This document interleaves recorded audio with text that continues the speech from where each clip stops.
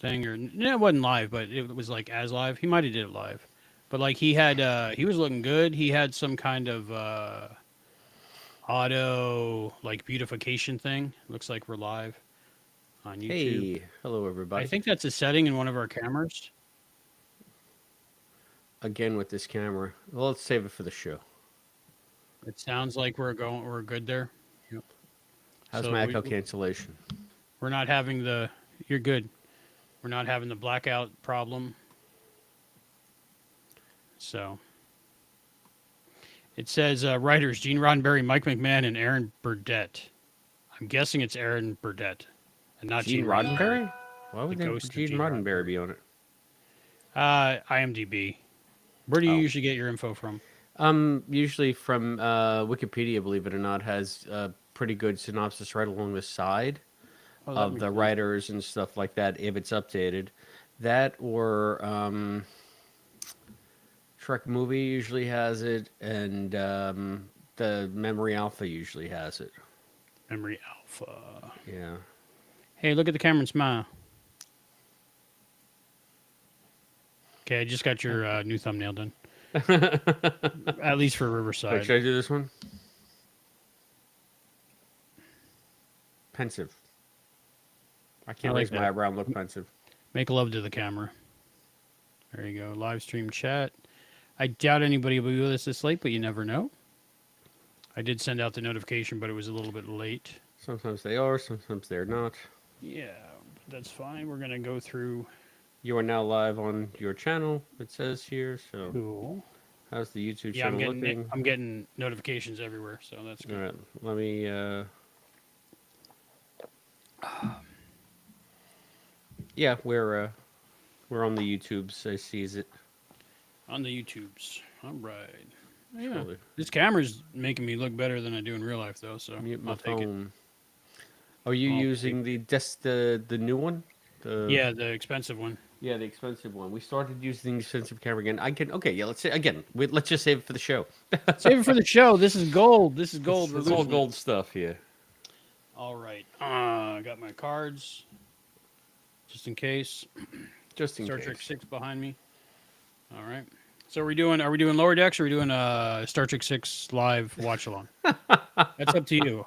50-50. I'm good. I would really have to figure out how to start streaming it live while I'm with you with the computer and my whole setup. Paramount Plus on your I'd phone, have to sit it down on the desk, plugged in. No, I don't think I have the gumption to watch all of the Undiscovered Country tonight. All right, you got it. All right, why is today the 35th anniversary or something? Came out in 91, so I don't know the math, but something like that. I'm What's hearing me. What's the math on that? Are you 91. hearing us? I hear you. Oh, you know what? I might be Amazing. hearing us on my phone. Hang on. Yeah, it's on my phone. There we go. I had the YouTube loaded up. It's reminding me of that Family Guy thing where Lois has the flashlight on her iPad because she's old for like the whole episode. Oh, okay. And like that same day, I did the same thing, and Rennie was like, "You're old." All right. Hello, Trek Explorers, and welcome back to Trek Exploration. I'm Albie. And I'm Chris. What's up, Flip? It's What's been a minute. crapping? It's What's been 2 crapping, minutes. Flip? I feel like it's 3 minutes. Flip. Funny you should say that. That was a nickname that I had in high school. So From all the backflips or all From the all- flip references? all the flip references, Flipper, Flippy, Flip. People still call me Flippy. I'll call you Flip. I like that. As soon as he Flippus. tried his, as soon as Boimler just said he wanted to be called Flip, I was like, that's it. It's funny Flippus. because Flippus. I hadn't even thought about that until you said it right now. Like I never even made the personal connection. The funny thing is, my dad in the Navy, I guess In the Navy. when he was in the Navy in the '60s, I guess they called him Flip because he had a cup on his dresser. I guess it's still there. But when I was growing up, I remember looking at it. It was like a custom-made like coffee cup, and I guess he'd written stuff on it. I don't know how he had it made or whatever, but Flip was on it, so they knew it was his Oh, cup. wow. So I guess they called my dad Flip in the Navy too. Any guesses So- on my dad's nickname in General Motors when he worked the line? Well, are you a junior? I would be a third. A third. But I'm So not. that I have a he's seven. Yeah, he's a junior, but I have a different middle name. okay. All right. So Wish I had the same middle name. I'd be tripped. I That'd be gotta think. awesome. I think it's got to be something clever. Like if he's on the line and building cars, and his name was Albert. Albert Louis Burge, born Okay. 1929, December 9th. His birthday's coming up soon. I can't figure it out. What was his nickname? His name was Redcap because Of he was course, a it's so rebel. logical. He's a rebel. You know how I have like silly glasses and stuff Yeah. that are slightly abnormal? Well, he was the only guy in GM that wore a red hat. Okay. So back then, he was a rebel. You know, people were like, "Yeah, it's a little funny. He's wearing a red hat." I don't know. So he was Redcap. Was it a beret? Like a I think it raspberry was just beret? one of those, 80s trucker hats that Was the it only the hat they had kind back then. the kind that you buy in a secondhand store? Okay, Prince Flip. All right. Today we're talking about Lower Decks, Season 5, Episode 5. No, Episode 6. Episode Adjust 6. your chronometers accordingly. Yes, please. We're back in time a couple weeks. And this episode aired November 21st, 2024. And the director was Brandon Williams, and I think the writer was Aaron Burdett. Burdett. Yeah, it sounds familiar. I think I've seen that name before because every time I see that name, I think of Tom Bodett and We'll Leave a Light On for You. We'll leave a light on for you. Yeah, right? Isn't that like Motel 6, Yeah, Hotel something 8, like that. something like that. Did they leave the light on for you? I don't know if I've ever stayed there. Did they leave the light on for you? What about you? Why is it always got to be about me? I like Disney hotels, and if it's not a Disney hotel, then I try to get someplace nice because I'm done with the crap hotels. I think I don't know if I told you the story that I think it was on the train trip up. Oh, I must have told you sometime in New York, but the hotel we booked for that one night at Disney before the train ride, and I was like, it's $80. It's just one night. We're going to go to Disney, shower, take a nap, and then get on the train, basically. And when we got there, it looked like CSI 1979. Yeah. It was bad. It was bad. I didn't even get my money back. I didn't even go back to the desk. We stood there, and I was like kind of confused, and I called up Disney World, and I said, I need a room tonight. And they're like, let me look. I was like, I don't care. I need it tonight. So like there and then I decided never to cheap out on a hotel again. Yeah, my wife had to teach me that. I mean, the last cheap hotel that we stayed at, and I say we because it was you and me. I remember I tried to get you to come to my room the whole time, and you In wouldn't. Dallas. I gave you an elf comic. What more did you want? I wanted snuggles. I wanted cuddles. No, I was not gonna happen. lonely. Nope. I needed consoling. I was crying 24 hours a day back then. And eating steak and fries. It was something to behold. No, actually, I was eating the burger and chastising you for still staying vegetarian. I was afraid I was going to get caught. That's how indoctrinated Yeah. I was at the time. So yeah, no, that hotel was bad news, man. And the neighborhood we were in was even worse news. So yeah, I knew the neighborhood was bad when I opened. I think it was what's that? You swipe right, you swipe left. Tinder. I guess And just like exotic dancers and hookers kept popping up like the whole time. Or you could have just walked across the alley to the weird strip club. I think it was a strip club. Yeah, I wanted to. You said no because you were married, and I was like, I can't go by myself. Oh, We it's didn't go. funny. It's really funny. I have nothing against sex workers or strippers or No. anything, but it's big. This just came up. I don't know why or how, but just recently, Laura and I were talking about it, and I told her you never have to worry about me like going to a strip club, and I don't think she'd care. But she's like, why? And I said, there's just something about it. I've been to them a few times, but something about it makes me feel personally uncomfortable and kind of skeevy. Yeah. And she said, why is it? And I couldn't figure it out, but then I was thinking about it, and I think I figured it out. Anything that you do in a strip club setting is transactional. Right. And I strive to stay away from, quote, relationships that are transactional, even though, many relationships that you have in life have to be transactional. It's just so blatant at a strip club, and I think that's what turns me off the most. So you go in there and you just feel like garbage. Anyway, that's me. I do. That's not a judgment call on anybody, but that's just how I feel when I'm in You those exactly spaces. articulated how I feel. about the thing. I probably wouldn't have said it as eloquently as you, but yeah, it's like I've been in so many relationships that seemed transactional or at least phony or knew something was different than the surface level I was seeing, and that makes me feel bad too. So when it's actually blatant, it's like worse, and you don't. It's not sexy. But when you're 18, 19, you don't care about that stuff. You're seeing boobs. That's Yeah, all you're you just care like, about. woohoo, boobs. Yeah, Yeah. boobs. But when you're older, you're like, this is somebody's daughter or mother, and I don't even think of that. I just think that I don't need this in my life. the That's what I phoniness. think. Yeah, the Yeah, phoniness. I don't know. I don't know. It has to be real for me. That's why I'm completely alone. I mean, listen, we all make choices like that. And it doesn't make you wrong or right. It's you being who you are. Yeah. And you could put on like this macho facade about, oh yeah, we're gonna go see, babes at the strip club, and I'm just like, no, I just don't wanna. I just don't wanna. It's Last getting to time the I was at point a where strip it's club, like, I think the man doth protest too much, right? Everyone thinks I'm full of crap. not full of crap. I tried to drag you there. I tried to. It didn't work. It didn't work. And I wasn't going alone. I think, and it was just you and me there, right? Nobody else. Oh, Skip had a girlfriend with him. Yeah, so. but they weren't staying. They were staying at a real hotel somewhere Yeah, in but downtown, and we were at this motel, whatever, this motel hell. yeah, Yeah. Wow. but I think yeah. Have we yeah. potted about this before? I don't know. I don't think so. But I don't think Skip would have went with me, like leave his girl at his hotel and go with me I to the strip somehow club, so. doubt that he would have. Yeah, so I was at SOL, so that's okay. But the last time I was at a strip club was my bachelor party, so that was a long time ago. 2009, maybe? I'm trying to remember the last time I was. November?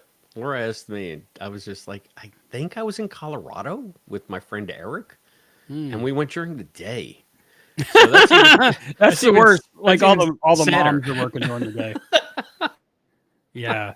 If And you're I into think that thing. I could be wrong. I mean, I quite frankly, yeah, I have a memory of doing something like that. It might have been in Colorado, it might have been upstate, but I do believe that was the very last time I did it, and that's at least it's 15 years ago if it's a day. Yeah.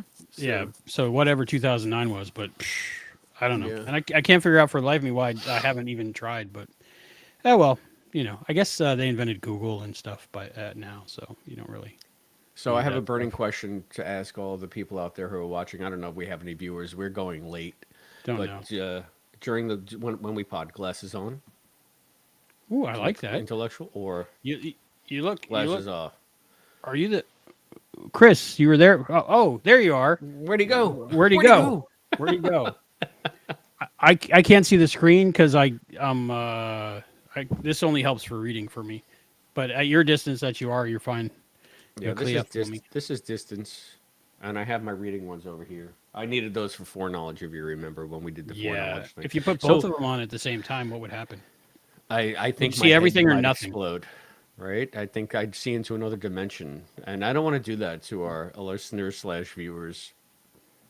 Why has Yeah. it been a minute? Why have we been so long away from the mic?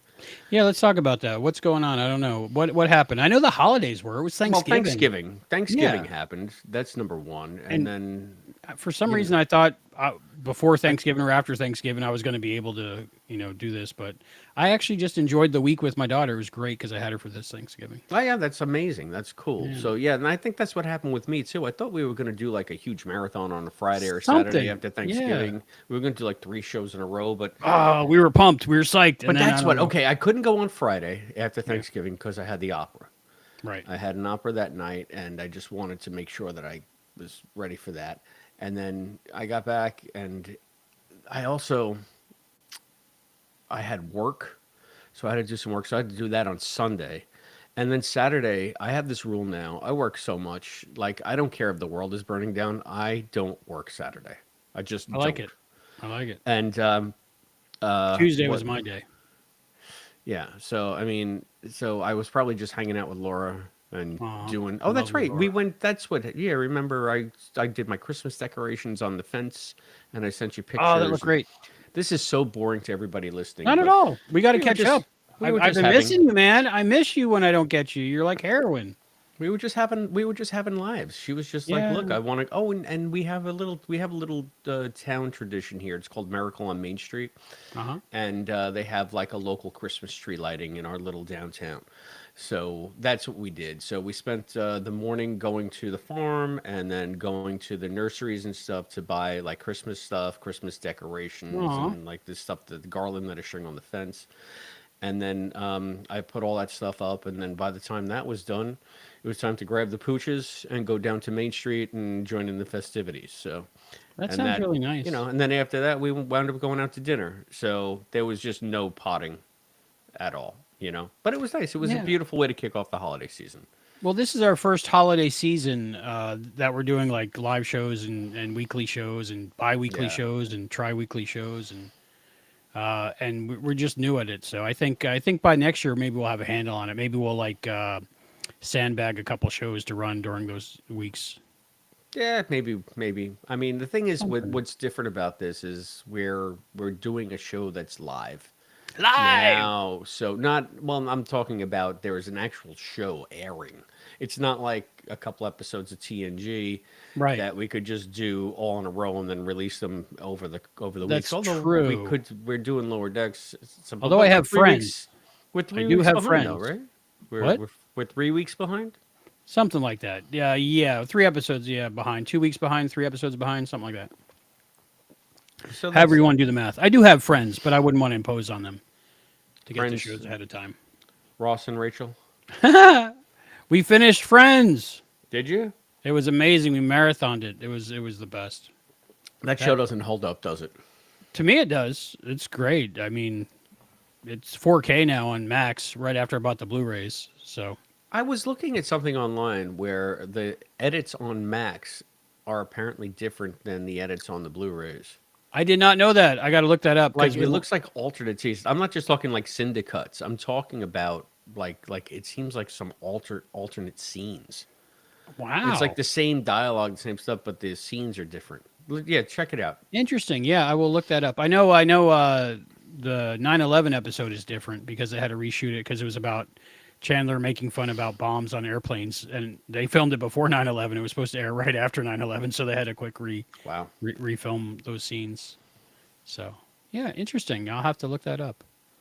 Yeah, check it out. Maybe because of focus issues, because I noticed a lot of things that get left in when it's in 4K. You can tell the focus isn't exact. Where in low def, you just didn't know, didn't care. Is Friends? I guess Friends would make that much money where they would go and find alternate cuts and put them in. Or do you think maybe they did this as it was getting ready for syndication? Maybe that's what it was. Or that's all they could find of the original film. Maybe some pieces here and there are missing. I did notice some upscaling, and what I did notice is for some reason when the scenes switch and later on in the later seasons they like fade from one shot to another instead of like a hard cut. The cut before the fade and the cut after the fade, all that is upresed, so they look like plasticky mannequins Okay. until it cuts to the non-faded. So I don't know if there was a problem with the fading. Like, did they lose the film or they just didn't want to do it? I don't know. But it once you notice it, it is annoying. So I didn't mention it to Serenity. Matthew Dale would relish this Oh, he, conversation. he probably has a paper on it. So Yeah, we he got to would Google it. revel in it. Yeah, He probably has a smash cut video of all the things that you're talking about. something. So Yeah. let's go on some more tangents after we do the episode recap. Okay, so just so everybody knows, we watched this episode about 15 minutes ago. Well, now we've been on for 19 minutes. So we'll say 19 minutes ago. And we said, let's just go without a real rundown. So I'm going to do the episode synopsis based on the notes that I wrote. And it might not be as fancy as usual, but it'll get the point across. Anyway. As Shia says, just do it. You know it. So the Cerritos is hosting peace talks in a nebula between energy beings shaped like orbs and cubes. Enter annoying ensign Ollie, daughter of Zeus. I guess they mean Apollo from Who Mourns for Adonai, Who Mourns for Adonais. I They could never keep calling pronounce him that episode. Zeus, but they said didn't Kirk kick their butts? That was Apollo in that episode. as I recall, but I can't tell one guy in a toga from another. You know what? I'm trying to think back to what they said in Adonai. I know that we're tangenting already on the synopsis. Maybe we'll save it for the show. It might Anyway, be like one of those things where some people know me as this, other people know me as that, and we're all no, I cousins looked and because no, brothers and Apollo sisters. Apollo is the son of Zeus. Okay. So what I'm thinking is maybe Zeus and Hera and all of them were there, and Apollo was the last one holding on before he joined them in the winds or whatever. So Hera's made maybe out of clay, right? I thought that was Wonder Woman. I thought that was. Yeah, I was thinking Wonder Woman. All I know is from pop culture stuff. Right. So, anyway, so enter Linda annoying Carter, ensign just saying. Ollie, Linda daughter of Carter. Zeus or Apollo or who Adonai or whatever. I don't know. Yeah. Yeah, what kind of name is that? I could never pronounce that episode. I don't know. I don't know. I'm thinking it's something about it's some kind of Greek. Yeah, like a Anyway. salad. Ooh, a Greek salad sounds good right now. What time is it? Too late to order. Okay. Freeman wants Ollie off the ship, but Mariner, seeing herself in Ollie, volunteers to mentor her. Meanwhile, Boimler is obsessed with Alt Beardy Boimler and that pad that he'd swiped from the slightly mirror universe. And he decides to copy all of Alt Boimler's moves. This is a running theme through the season so far, so he could be cooler. And the pad leads him to believe that he somehow needs to become besties with T'Ana. Anyway, back to the Mariner Ollie thing. They are tasked with getting a cube. Oh, I forgot to ask that. I forgot to mention that electronic shit somehow seems to keep malfunctioning in Ollie's presence. But nobody knows. Nobody's putting one and two together. It's a here. mystery. But Mariner and Ollie are tasked with getting one of the teen cubes named Quadrilon out of his quarters because he seems to be moping and viding all day. But it turns out that not only is Quadrilon missing, his quarters look like there's been some foul play. Maybe a murder? So Freeman tells Ollie and Mariner to investigate on the down low so it doesn't interrupt the peace talks.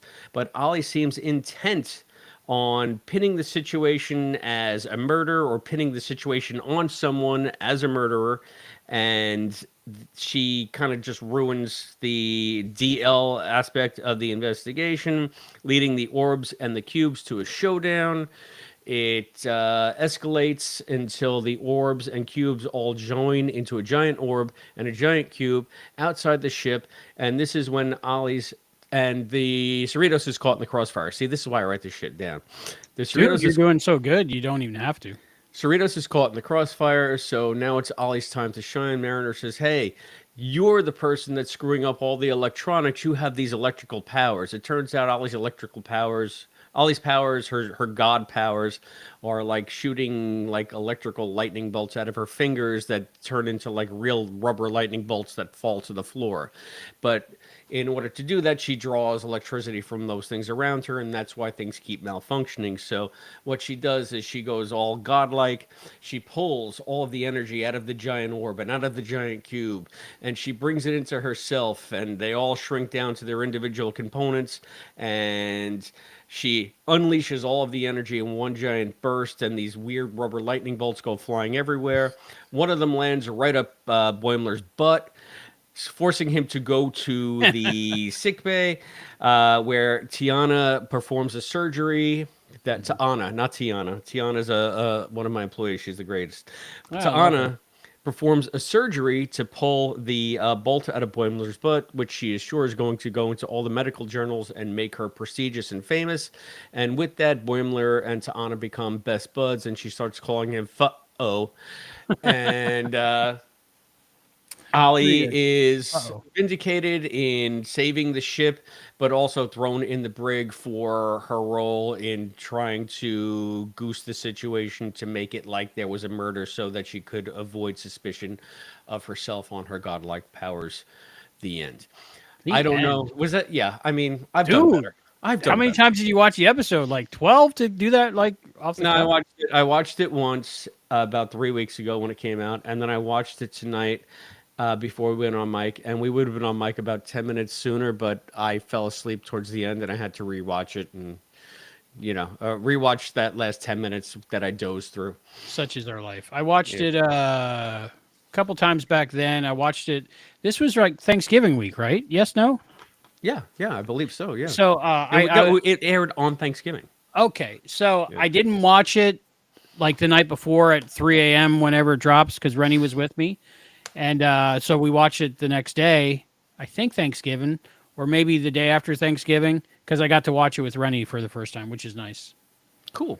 Yeah, Neat, so neato. that was fun. That was fun. It's always fun when that happens. So, what are your impressions of this episode? Like, what's My, your first? my first impressions was it was pretty good. It was enjoyable. I liked Alt Tiana. Is it Tiana? To Anna. Taana. I liked that bit. I liked a little bit the mystery, but I think the overall feeling I had for it was, oh, this is like Romeo and Juliet, or how many other, Hatfields, McCoys, maybe, or whatever stories there are. I'm sure there's like many more. Brady Bunch episodes, Gilligan Islands episodes, that were all the same. Yeah. Yeah. But I thought that was okay because it was blatantly obviously at the beginning and then reinforced like halfway through. But that's okay because it might be some people's first time with that story of the two kids of the warring factions getting together. So Gotcha. that was kind of it. I mean, What did you think, Flip? I'm having a hard time with this episode on so many levels. First, I think the orb and cube story is stupid. Mm-hmm. I mean, so I get it, energy meanings, but orbs and cubes fighting because one is an orb and one is a cube, and then nebulas collided and blah blah blah.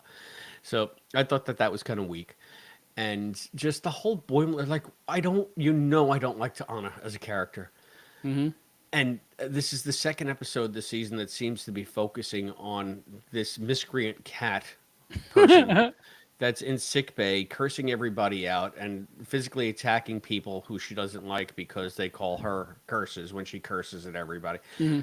I have problems with T'Ana, and the fact that Boimler somehow thinks that he needs to get into her good graces, into her book club or whatever it is, to it's just stupid. It's just really stupid. It just you got 4 episodes left, and I feel like we're wasting precious time on garbage. Wow. I don't know. Okay, garbage Wow. might be No, strong. Garbage I might totally be get strong. that feeling. That was masks for me for next gen with the 3 episodes to go, and it's just a silly episode throwaway when there was But so Next much Gen had left. 26 episodes. You know what I mean? Yeah. This is about 10, right? Yeah. So Yeah, anyway. the feeling online, what I heard and what I'm seeing is that they didn't know it was the final season, so they didn't know they were like the precious final 4 episodes or whatever, Yeah, I think it's a weird time to introduce a new character. But listen, we're going already to a giant Yeah. recap here. So before we go any further in our discussion, we want to encourage those who are watching or listening to reach out to us. Tell us what you think of this episode. You can always go to patreon.com/Trexploration. That's where we have our main hub of discussion, or we try anyway. So go there, and you can also see how you could support the show financially, but you don't need to do that to join the community over there. Everybody is welcome. That's patreon.com/Trexploration. You can also find us on Instagram at Trexploration Pod. We're on Blue Sky now. I guess you just Blue search Sky. Trexploration. We're on Blue Yep. Sky. / at whatever Yeah. Trexploration, whatever the thing is, how you do it there. Bisky. Dot Blue Sky. Dot Yeah. Trexploration. Dot. So I still have to install the app on my phone. So I'm telling you, I'm chatting to myself over there. you can email us, trexplorationpod@gmail.com. You can call us on the phone at 707-847-6682. You can send us something to the P.O. Box 542, Bayport, New York, 11705. You can watch us on Twitch. You can watch us on YouTube and comment on all those places in the comment section. And you can always go to our shiny new website. It's trexploration.com. I did update it a little bit. I don't know if you were there today or the day before. I honestly have not had a chance to. This is the first time I sat at my computer to do anything besides play a round of D&D since the last time we spoke. I don't know how you do it. You got a fuller time job. You got a wife. You got a house. How do you have time for me? I don't even understand it. I appreciate it so much. I mean, yeah. I mean, we have to come to some kind of agreement on when we record. I mean, midnight on Friday is fine, or actually, it's 1 a.m. now. 1 a.m. on a Friday is fine, but Yeah. if this was a Wednesday night, it would be problematic. We'll Yeah, figure because that you'd out have as to we go. go to work in a little bit. Yeah. Yeah, I gotta go to work in like hours, but like I said, Saturdays I don't work, and it's Friday Yeah. night, so I'm like, woohoo, let's record. Yeah. Oh, it's only midnight. Yeah, let's get on mic. I I miss value Albie. you and I I miss. appreciate you. I I really love do. you. Oh, There, I I said love it. you I said it, too. and I don't care who hears it. Out loud. I don't And I care who knows it. also I'm just a love boy sitting in front of another boy asking talking him to about Star podcast Trek. with me. You know who else I also love, Albie? Who? Our crew of intrepid explorers. Absolutely. They include our cadet, Listen Linda. Hi, Listen Linda. Our Yeah, listen, Lieutenant Linda. Commander, Scott Seligman. Our other Lieutenant Commander, Cosplay Dad. And our esteemed Captain, Captain Charles from Texas. Captain. Captain Charles on the bridge. And we cannot forget our lifetime member, our Q Continuum, you say that, it's easy to say, Q Continuum level lifetime member, Willard. Thank you, Ooh, Willard, for your Thank support. you, the omnipotent Willard. We And I appreciate do you. believe, if I saw it right on the emails, that Willard is also supporting us on the Buy Me a Coffee. Ooh. We have a Buy Me a Coffee thing too. Do we? Yeah, Wow. I don't know. How We do have we to look. see that? Do we go to the link or what? This is us with zero preparation. I don't Zero know. preparation. Zero preparation. This is Do I have also where I might say, oh, but we also have some feedback about our last episode. I didn't have a chance to look for feedback, so we'll save it for the next episode. But if Yeah, you we'll wrote save it. or you called or you said, I know you didn't send anything to the PO box because I've been going there like crazy. And I hear nobody's there's a sending package coming, and it's not from the omnipotent Willard. It's from someone else. anything. Ooh. So definitely check the box. I check it. I check it as often as I can. The only feedback that I saw, because I try to avoid it so I can react to it in real time, but I saw Willard requested that if we're going to go live, that to let him know before 9 p.m. Whoops. Yeah, sorry about that. Mess that up first day out. Have you met Albie? Albie Burge wakes up at 9 p.m. Yeah, today I woke up at 1 p.m. What? I was like, I know. I was like, I should go back to sleep for 4 or 5 I hours. was going to say, who are you and what have you done with Albie Burge? But I didn't. I wanted to get up and get the place organized and clean. I got a new Atari, the brand new one, or not. A couple years ago, it was brand new, but I finally got one because it was on Crazy Black Friday sale, Gotcha. and so I'm excited about that. And I wanted to set up my movie screen with all the stuff underneath it, so I got nice new shelving and LED lighting. So I'm kind of trying to organize that at the same time, and it's a lot. Gotcha. All right. You work a lot more on your space than I do. Yeah, I work so much harder about trying to watch movies than watching the movies. Well, you want to make an immersive experience. I get it. Yeah, it is. You know? Much more. Yeah. I think I would go nuts after 5 minutes of watch because it's probably so loud and so big. Yes. I have a headache and my ears are ringing and Yes. 135 inches, 135 decibels. Yeah. It's ridiculous. My mom, I invited her over to watch a couple movies with me. You know, like the old black and white ones that she enjoys, and I can turn her. But she said it's too big. It's too big. I can't do it. I can't handle it, son. Yeah. See, I guess I have a wide field of vision. Other people, they're like this. Yeah, but watching the TV. you've But me, I trained just- yourself like you go to the IMAX screen and sit in the front row. So Yeah. So, well, fourth row. I'm convinced that you hate seeing movies because you're in positions where you can't possibly take it in.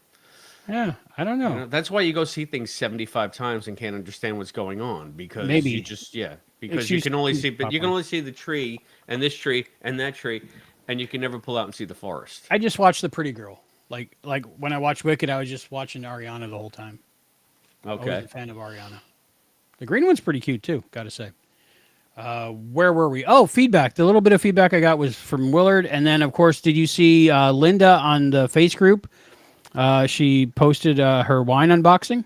Yeah, I wanted to maybe we can talk about that a little bit. This is it's a Star Trek wine advent. Yeah, calendar? advent calendar, and she actually posted a video. Would you like me to play it for us now? Yeah, let's play it. How long is it? It's only like 2 minutes, I think. Oh, cool. Groovy. That's my thing. I'm going to try to be Mr. Techie and play the media. See Oh, if you're it going to works. do it actually in live Yes, time in now. real I thought you time were going to live. splice it in. I thought this was theater of the mind, and we are going to splice Like it. it used to. I forgot that we're actually streaming live. Yeah, in the old days, it was like we'd react to interviews before we even got them. Exactly. Oh, that was a great interview. They were so interesting. They were so And amazing. They were so generous with their time. yeah, it would be like such general feedback, but Nobody tell Caitlin Bassett.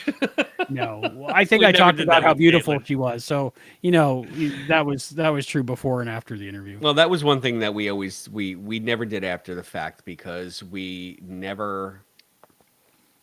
I don't think we ever sat on interviews with the main cast. We always did them live. Yeah. First of all, and we never sat on them, and we released them. But when you're talking to the third assistant director of episode 47 of the Legacy series, you know you know you have it in the can, but only one of us has heard it because they haven't edited it yet. But you still have to talk to Matt and Allison about how great they are, and Matt's reacting and Allison is reacting, and they haven't heard it. But Well, for me, I was recording the after show sometimes before we even had the interview. So I'd have to intro it, react to it, and a couple different ones in case I got this person or that person, and then had to you went make a it little all crazy. work in post. No, Yeah. here's the thing: I never even suggested putting an interview as part of a show unless I knew we had it in the can. You know, I was always the I think opposite. once I or was once or hopeful. twice, I took a chance on it. Yeah, take a chance on me. So, How's that go, ABBA? ABBA, Okay, right? I'm going to play this and see if Okay, it works. Linda, let's hear. I'm going to Linda's bring it up. lines. I'm going to Linda's hit lines. live and see if this works. Hey guys, I wanted to share with you my Star Trek wine advent calendar. I'm going to unbox it today. Today is December 1st, so I'm so excited to see what's inside. As you can see, this is the series collection. So it's got all the different Star Trek series.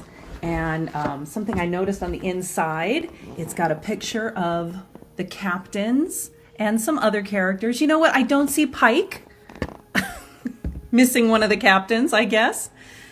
So that's the inside of the box. There are different quotes on the outside. It says, beam me up, Scotty, infinite diversity in infinite combinations, live long and prosper. Lots of different things it says on the outside here. So there are 24 boxes. We start with number 1. And let me just open it here. Put on my glasses so I can see a little bit better. Just like us. Exactly. I hope I don't break a nail. we so get you, Linda. Yeah. So these are just small bottles. Here we go. Number 1. Neato. I've got Oh, look at that this one. cork. Oh, it's a red. Ooh. Bottle And here we red. go. Here's number 1. Number 1. This is what Boimler had on his in his poster. So we've got number 1, and then here is a little write-up. I can show you that a little bit later. Oh, wow. Here's a write-up about Strange New Worlds and number 1. And this one is a red wine. Oh, very, very direct here. Very informative. Not Linda. any kind of wine in particular, but just a red wine from Italy. From Italy. Okay, so hopefully it's dry. That's Unless it's pretty a cool. Montepulciano. So that's what we're getting. That's what we're getting. We get a number 1. Oh, that's It's beautiful. got a nice cork here. It's an actual cork, not a screw-off bottle. Oh. Well, you kind of get the cork out. So as you can see, this is about maybe 1 or 2 glasses of wine. And I'll do a taste test a little bit later, maybe. Let you know what it tastes like. That's what I was waiting for. So that is day number 1, red wine, number 1. Looking Love it. forward to seeing you next time. Oh. Bye, Linda. That was great. I love That it. was Linda. Look at Linda. She's so bubbly. Very good. Yeah, she's the best. So if you want to follow that saga, she's posting in the face group more pictures and close-up things of that. And I posted some of those on the website. I hope she doesn't mind. Yeah, no, that's great. Has she done more of those? Because I've been on Not more kind of, videos that I saw, Pluto. but more pictures. Like there's one with Quark on it and stuff. It's Gotcha. really cool. So that was exciting. So thank you, Linda. That's awesome. Yeah. I went to go look and see if I could get one of those, and it's out of stock. Oh, I'm sure. Like I'm I don't sure. drink really, but it'd be cool to have those.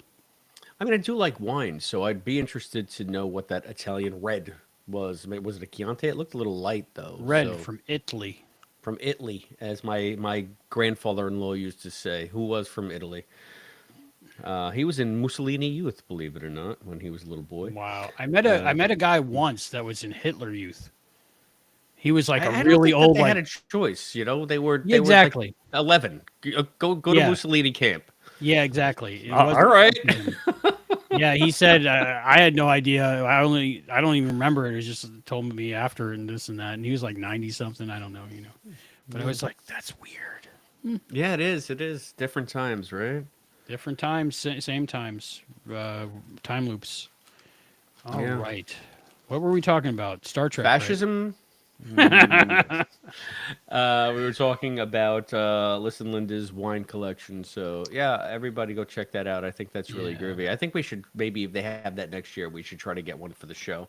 That and would you be and I great. can do like some bonus content. Ooh, see if they got a yeah. non-alcoholic one. I used to have a non-alcoholic wine collection because I wanted to be fancy and collect wine, but I didn't want to drink. So I had a non-alcoholic wine collection. Everybody that came over just thought I was stupid. They're like, why? I was like, I don't know. Is that just grape juice? Yeah, pretty much, right? Just Yeah. not as sweet, maybe. I don't know. Depending on the stuff. I don't know. I don't know, man. I couldn't tell you. But yeah, so Groovalicious. Let's hope that Linda is enjoying her Advent wines. And we would love to see more of that, Linda. Yes, this is cool. And I think she would have done it live on air for us, but we were incommunicado. We were MIA is what we were. We were. And, yeah. We were winning a Pulitzer or something. Anywho, Anywho. I love it. I love it. Well, you just put that it took me a second, but I got it. Okay. If you know, you know. If you know, you know. So, where first with this one? Do you want to go with the Boimler plot, or do you want to go with the Ollie plot? We could talk about Boimler, the pad pals, Boimler Yeah. and Rutherford. I think we discussed that the title of this episode we mispronounced as "Of Gods and Angels" the first time we read it, but it's actually "Gods and Angles," and angles has to do with that bevel on the bed being That was funny that they didn't realize it was red. yeah. I enjoyed that. That was a cute running touch. gag. And that Tendi and Rutherford got it together. It's funny. I'm watching a nice show. It's called Inside Man on Netflix, and it's from the guy who created The Good Place. Ted Danson. Yeah, so Ted Danson Yeah. stars in the show. He was also in The Good Place. He Yeah, I stars love in The the Good show, Place. but Eugene Cordero, who played Pillboy in The Good Place, has a recurring role as Ted Danson's son-in-law in this show. wow. So it's Love nice to Eugene. see Eugene in like an actual role that's not like the dopey Pillboy or He was great as Pillboy, though. Yeah, he was, but voicing Rutherford too is different. It's like he's actually able to act like a human being. He was, what was he in? He was in a Marvel show. I want to say. Oh, I watched it, and he was good in it.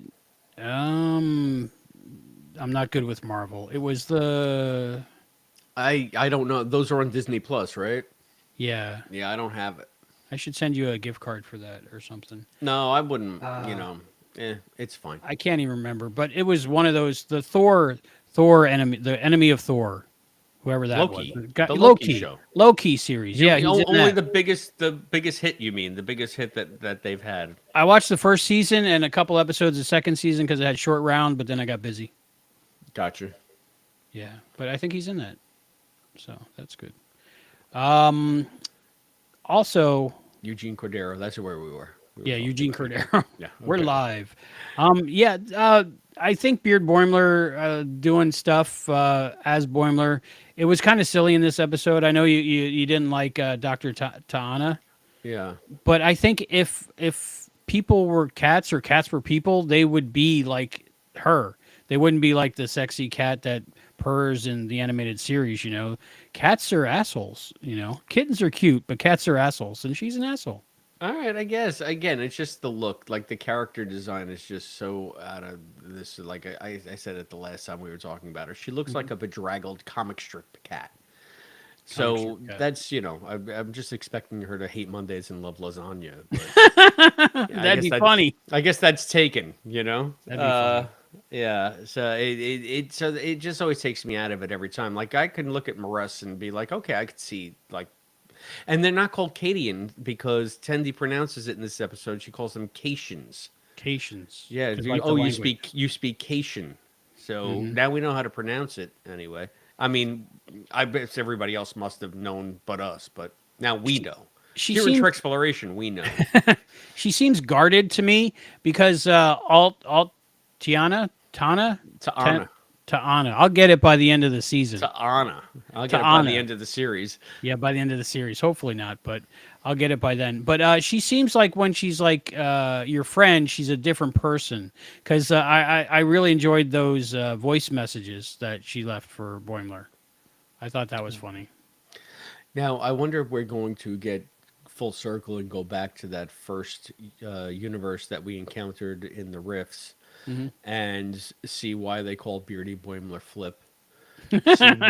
See why Freeman is on Starbase 80. See any kind of resolution to bring the whole this season full circle. I don't know if that's necessary, but I think it might be somewhat interesting. I mean, yeah, we can't. Well, we'd be breaking the timeline. The rifts do come in more heavily in the next episode, and then I haven't seen this week's episode yet. But I have. okay, so yeah, I want to talk about other stuff with the rifts, but it's actually not apropos to this we'll show. wait till then because yeah, we'll wait till then. Yeah, jumping around in time as we do. Jumping around in time. Got to get back in time. Back in time.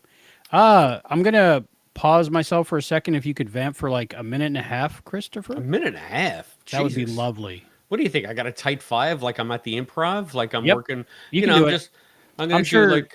I'm sure you've got a set that you've been holding back for a long time. Here's your chance to try it. Oh, What's I got the it. deal with type 4 phases? Okay, Albie is gone. Here I am vamping. If anybody is out there watching live on YouTube, now's the time to come to my rescue.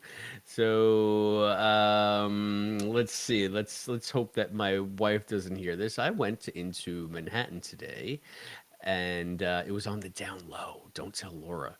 I went in to get her a gift that I've been planning to buy her for a little while. I'm not going to say what it is, but I was, as a byproduct of that, I was able to walk around the city for the first time since the Christmas stuff has really come up. I was there the Friday after Thanksgiving, and there was some stuff. Macy's was decorated. They had people in Herald Square looking in the windows and everything as I was getting to the subway to go uptown to the opera. But this was the first time that I was able to go to Rockefeller Center and see the tree, and the tree is lit and it's beautiful. And it's funny, I was taking a picture from the Fifth Avenue side of Rockefeller Center. If you're not familiar with the way Rockefeller Center is set up, it's kind of behind Radio City Music Hall. Radio City Music Hall is on 7th Avenue. And the back entrance is Fifth Avenue, right across the street from like St. Patrick's Cathedral. But you'll know this vista because it's like in the beginning of A Little Miracle where they have the herald angels that are blowing the trumpets and they're all marched down a row, this central plaza that looks at the tree. So I took a picture of the tree with the angels in the foreground and the tree in the background. And as I was jockeying to get position, I bumped into a gentleman that was behind me. He had a big backpack on and he hit me and I hit him. And I turned around and I said, "Oh, and pardon me, sir. I'm so sorry. I didn't realize you were there. And he said, no, it's my fault. I have this backpack. And I said, well, no harm done. And he said, you know what? Merry Christmas. I said, Merry Christmas to you too. And then he said to me, that's the first time I've said that this season to anybody. So you put me in the holiday spirit. And I was just like, oh, how nice. How nice. Thank you so much. So that was a nice little moment. I was, in the throngs of tourists. So I got the pictures I wanted, and I walk forward and I'm walking out, and I see this woman trying to take a selfie with her and the tree in the background, and I said, "Ma'am, just let me take that for you." And she said, "Would you? That would be fantastic." She had a British accent, I believe, and I'm holding the camera, and she starts calling over. She's like, "John," or I don't remember the guy's name, and it turns out that she was there with her husband, and he's wheeling a baby carriage. So it's the husband, the wife, and the kiddo. And I was able to get all of them in the shot with the tree in the background instead of them trying to jockey selfies around the crowds and stuff like that. And they were ecstatic about that too. So they have a family picture in front of the tree in Rockefeller Center in 2024, which will probably go on one of their Christmas cards or at least in some kind of photo album. And I did that for them. And it made me feel very good about myself because I'm self-centered. It's not about them. It's about me. So that Merry makes Christmas, me happy. Merry Christmas, me. So there we go. We're vamping. That makes me happy. Like, it's because when me and Serenity went to New York City, everybody was so kind and nice and giving to us. So you were that person for those people from England. Yeah, I mean, New Yorkers aren't assholes. We can be, but we're not. Only if you get to know them. So anyway, Quadrilon. Yeah, so I vamped. So you better? You back? Yes, sorry about that. I just felt my blood sugar dropping. So I grabbed a mug of eggnog, which is like pure sugar. Oh, I love it. So I should be fine. The eggnog lattes are back at the coffee shop, and I'm having one a week. And as much as I love them, for the rest of the day, it's just sitting in my stomach like a rock. Mm-hmm. Yeah. Yeah. This is TG worth Lee Worth eggnog. I normally I can't have any of that stuff, so I have to make fake stuff. But I have like a running list of things I want to consume when my blood sugar drops low, and that was on the list since before Thanksgiving. So, yeah, I finally got my eggnog. So happy times. So if you really want, if you're desperate for eggnog on the off season, you know who stocks it all year round. They make their own. It's a convenience store chain in upstate New York, and it goes into Vermont. It's called Stewart's. And I love Stewart's. I go upstate all the time to go ice fishing, and they're all over. They're like 7-Elevens. I don't know what the equivalent in Florida of 7-Eleven is. Circle K. Circle K. Okay, Circle K, 7-Eleven. Yep. It's like that. But they're Stewart shops, and they make their own eggnog, and they have it bottled in the dairy case right next to the milk all year round. So you can get yourself an eggnog in July at Stewart's. That sounds good. This podcast brought to you by Stewart's Convenience Stores. Usually I get the holiday nog because it's vegan for Rennie, but this year I got that and eggnog because I was like, you know what, eggnog. Yeah, damn it. It's just different. It hits different because it's just like a liquid omelet basically with sugar. I guess I don't know, but it's good, right? I think it's supposed to have it with rum. I think I did once, and woo. Well, real eggnog, like eggnog, when you make it with the egg yolks and the frothing the egg whites, it's just like 17 kinds of whiskey. Wow. Yeah, it's crazy. I have a recipe for it. I've never made it, but I hear it's delicious. I have a boozy eggnog that I buy from the liquor store. Mm-hmm. I buy it because my mom likes it too, so I'll buy it. I'll buy a bottle every season, and like half of it's still sitting in the back of the fridge. Wow. I think from last year now because it's I think that's how I want to go out. It's got a lot of heat. It's got a lot of booze. That's how I want to go out. Boozy eggnog with 17 kinds of liquor in it. Sounds. I am going to join you. Sounds like a plan. If it's the end of the world, I'm the last one left, and my glasses break, and I can't read any more books. That's what I'm drinking. So you bumped into a guy with a backpack, it's right? Not fair. Aren't they looking for a guy with a backpack in New York right now? Oh yeah, that was same guy, different guy. I hope it was a different guy. Yeah, you don't want to be an accessory. We don't want to date this episode too hard. We've only been talking about Thanksgiving 2024. Thanksgiving 2024. We didn't date this episode at all yet. So speaking of the cubes and the spheres, the orbs and the cubes, it wasn't lost on me that they were red and blue, or reddish and bluish. I thought they were orange, blue and orange. I'm a guy. I don't know what color so much. I think you're colorblind. I don't think it has to do with your gender. I have less cones than most, but I can see colors. I don't know them as much. But it seemed to me very like you know, What universe do you live in, man? I've passed all the colorblind tests. You know, they show you the numbers hidden in the other dots and stuff. Yeah. I get 100% on them, but I'm like, is this blue or black? You know, I need bright light to see. Maybe it's the rods I need improvement. I don't know. I don't know. But it at first I your thought mesons. Your neurons. neurons and mesons. At first I thought, let this be your last battlefield, a little bit. But then I was thinking, how people here lately have been like a red or a blue, and it seems to separate people for no reason or some reasons, So, and I was kind of learning from that, like a moral or message in that. Did you see any moral or message in that other than the obvious? Yeah, no. Again, it was. I think it was just like a gag to make them. I understood the story, but I didn't see any new twists on a very basic Star Trek moral message kind of deal of just know your enemy and or come together. Who the honestly. Like you said, it was just a retelling of Romeo and Juliet, and that okay. They could mine comedy out of energy beings that were squares and circles. I guess maybe the animation department just needed the day off. I don't know. I mean, I know we're saying that, and one of them's listening, going, "Do you know how hard I worked on those cubes? yeah, right. They wouldn't let me. They wouldn't let me duplicate them. They wanted each one to be a different cube." different shade, different hue. It gave us some good jokes. I think I liked Ransom when he was like, they could transform into anything. Oh no, just another cube and a sphere. They're not really creative. That was funny. I'll have to say Jerry did a good job in this episode as Ransom. He's had great. some of the better lines and some of the better just like plot advancement and stuff like that. It's good to hear him have more of a presence on the show. Yeah, that line seemed like added in later, maybe just like they thought of another joke they could put there. I don't know, but it was great, and he had a couple good lines. But I liked when Mariner said, "You didn't miss Circumference Day or something, Radius Day or something." Oh, that's when they were talking to the orb. Yeah, Yeah. I thought that was a cute line when the orb wasn't glowing. That's apparently the equivalent of seeing them naked. Is that like you're naked?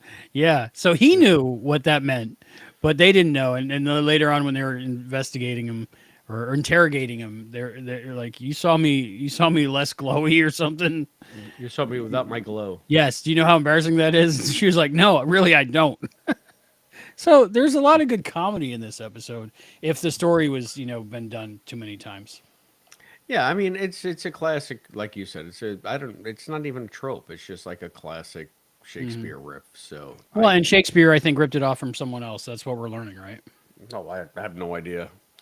All I know is it got me to a wonderful place in this time, in this universe, where I can hear Mark Knopfler sing Romeo and Juliet while he strums his guitar. So, My thoughts exactly. yes, right. So I'm refraining from breaking out in song right now because we don't want to lose the monetization on this video.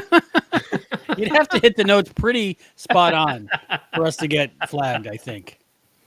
AI is out there lurking, my friend.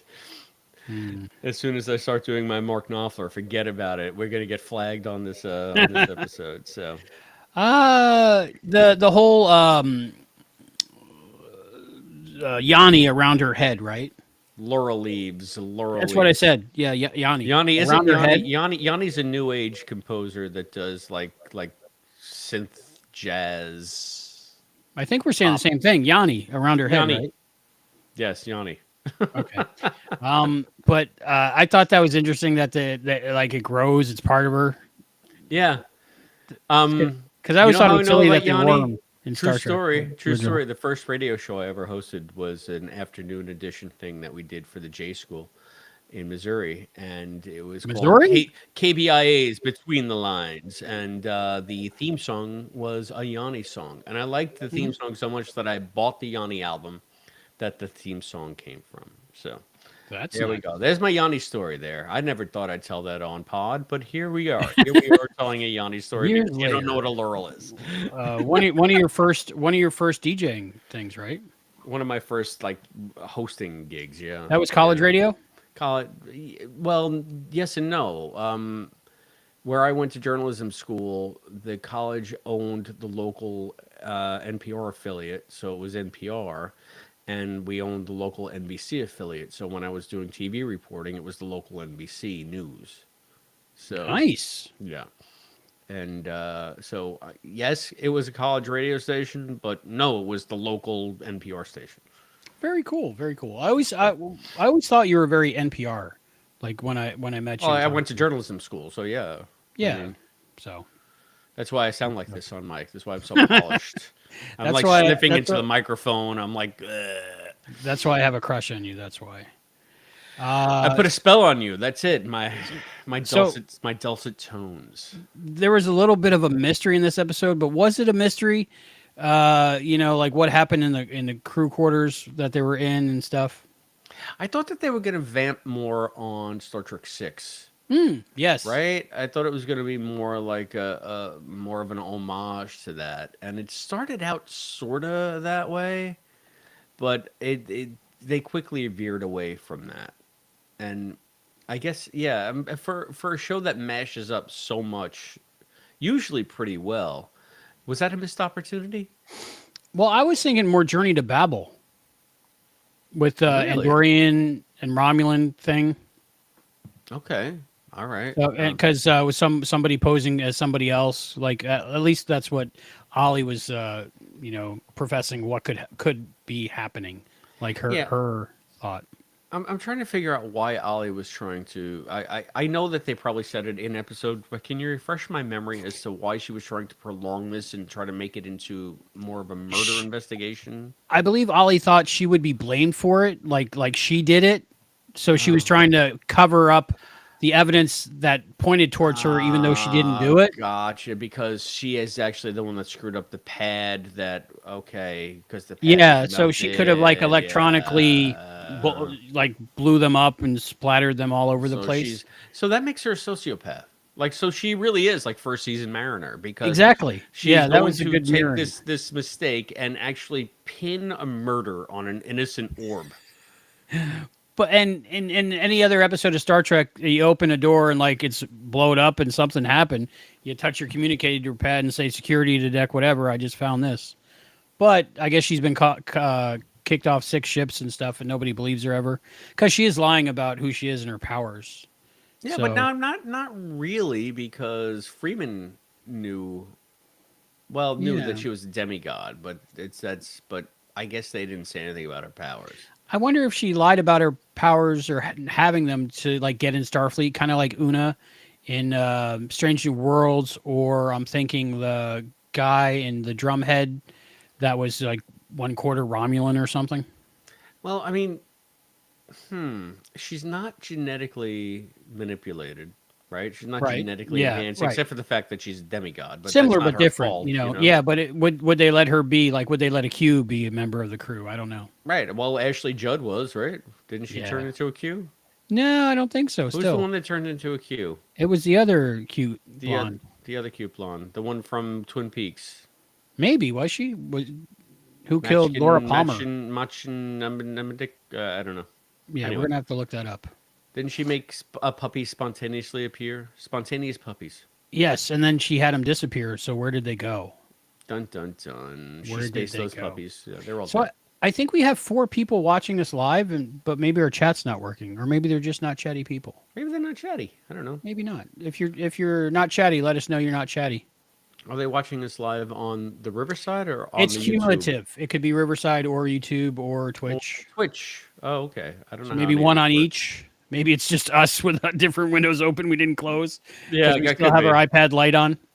Yeah, maybe it's us. Maybe it's all us. We're an Ouroboros. We're just eating our own tail. Yes, we're definitely that.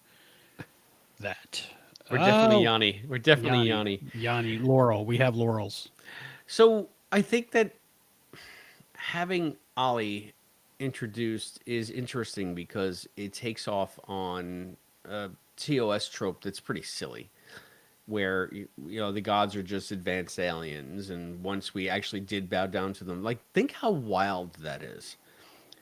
Roddenberry, who called hell in the cage a myth.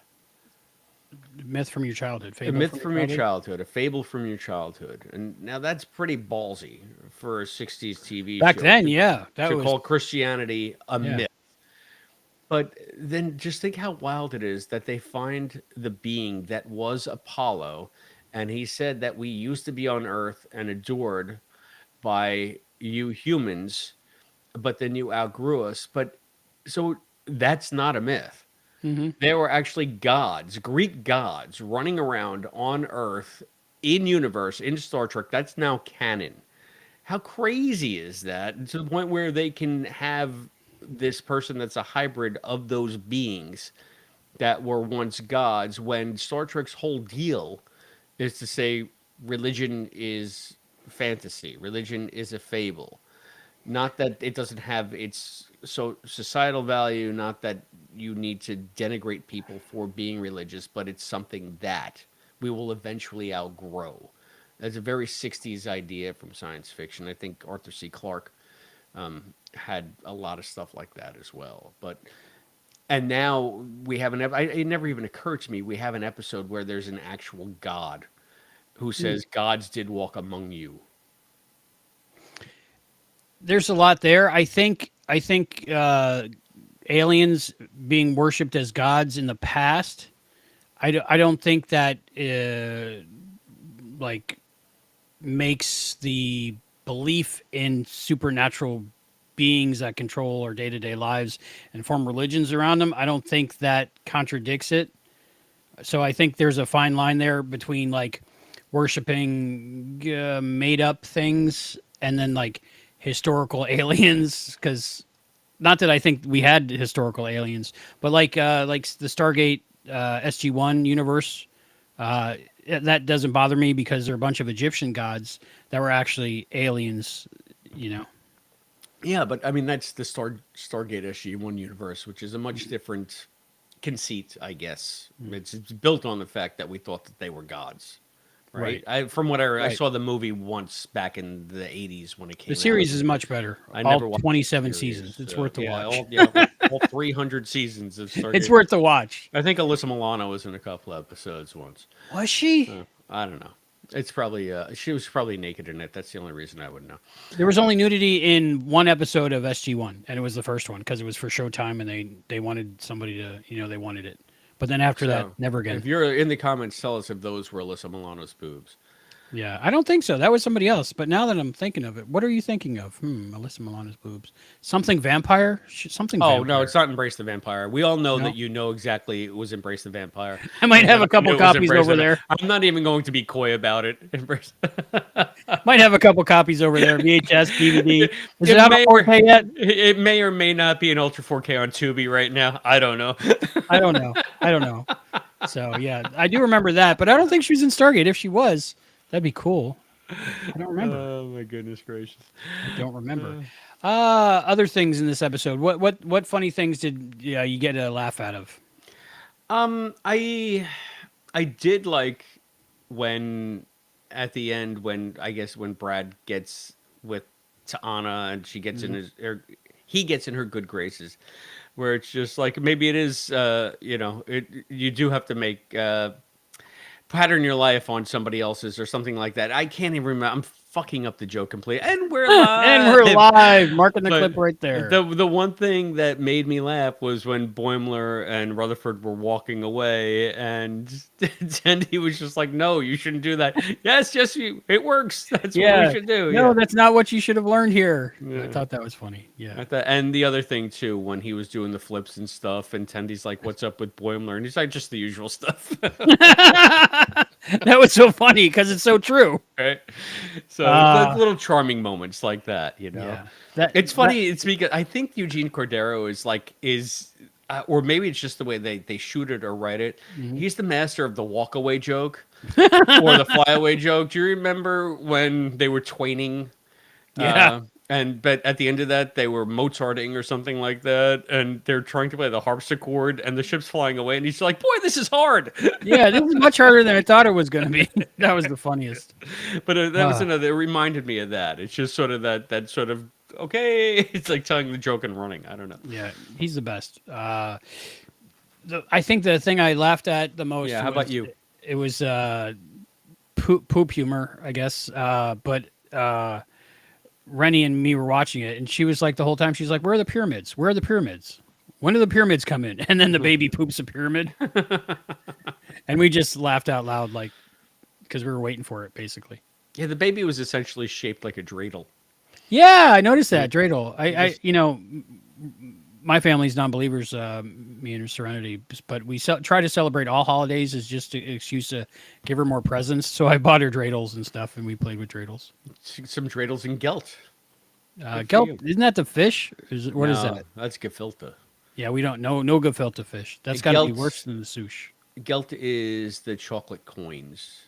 Oh yeah, I bought her those too. And gold foil. That's gelt. Yeah, we celebrate all holidays because none of it's real. So we just celebrate the things around the holidays.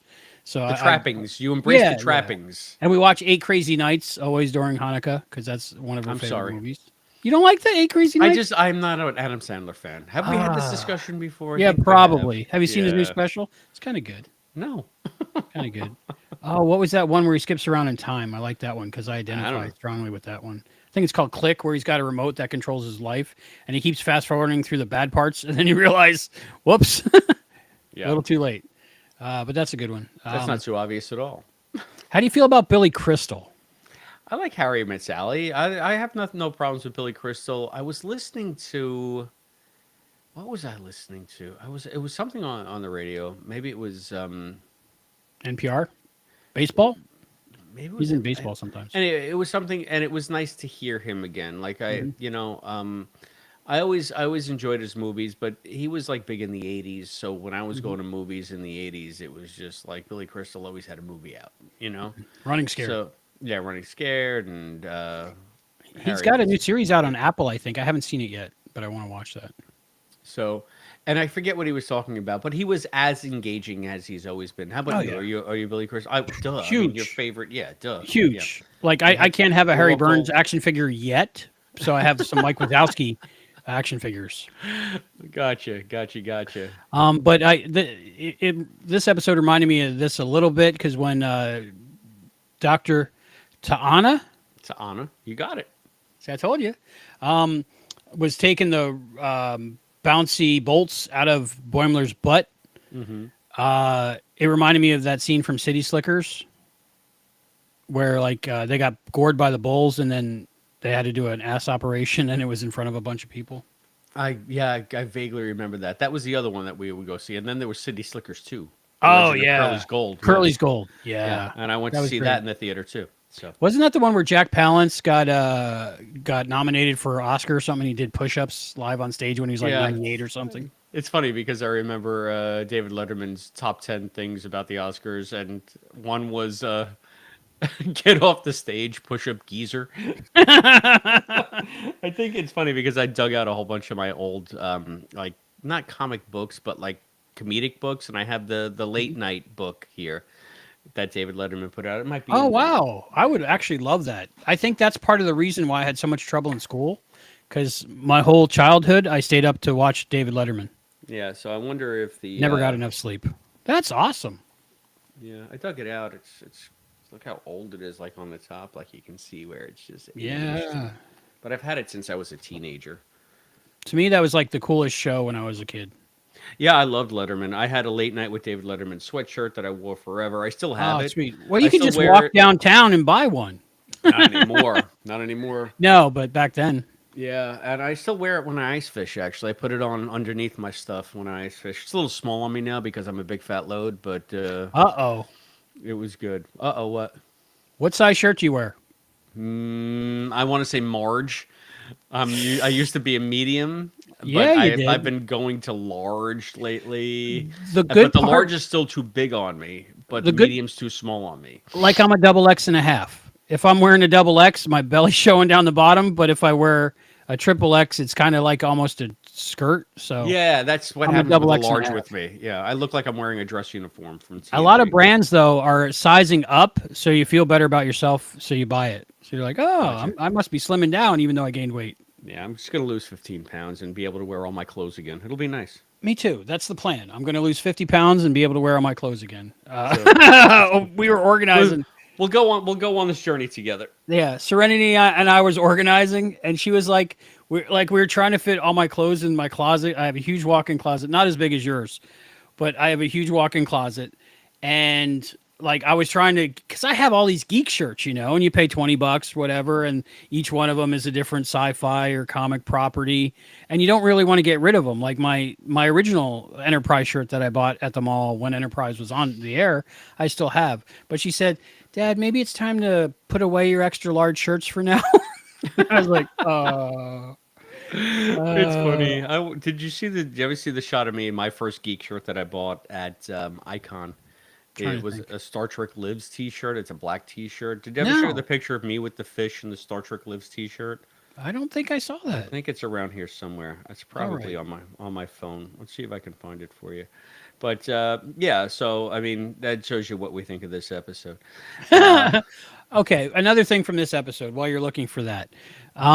What did you think about Mariner in two ways growing, or at least showing that she's grown by taking Ollie under her wing, kind of like Ransom did, and also the mirroring at the end where she was Ollie was saying the same exact things that Mariner did when she was in the brig. I think early on, even in season one or early on in season one.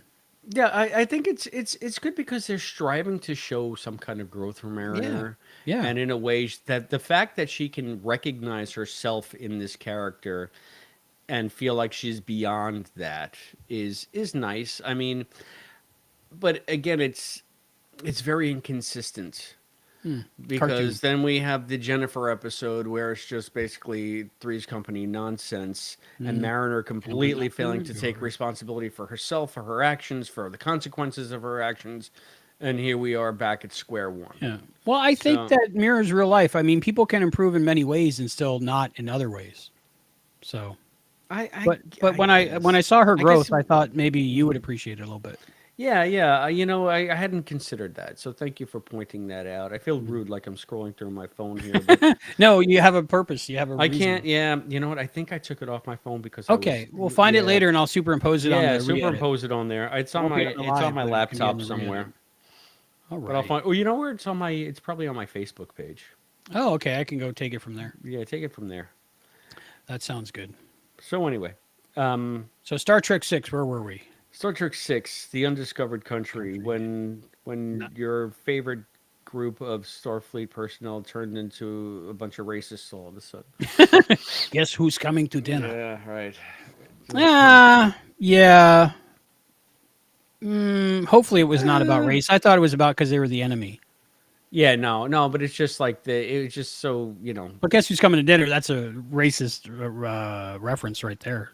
So I guess I disproved my theory right there. Maybe. I mean, I like Star Trek 6. I got a soft spot for it because it was the last original series movie, and it was a much better film than Star Trek 5. Thank goodness they didn't leave off with Star Trek 5, Why is Captain Kirk climbing a mountain?